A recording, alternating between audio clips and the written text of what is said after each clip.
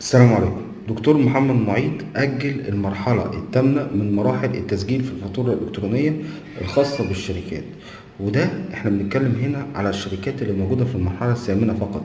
تم تأجيلها من 15 ديسمبر لحد 31 ديسمبر.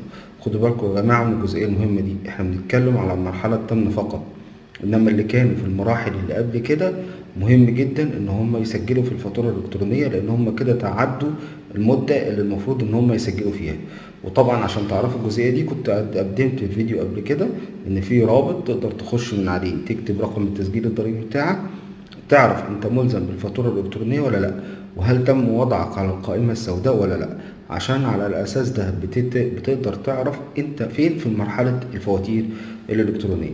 طبعا مع العلم ان المنشآت الفرديه تم تأجيلها من 15 من 30 ديسمبر لحد 30 ابريل.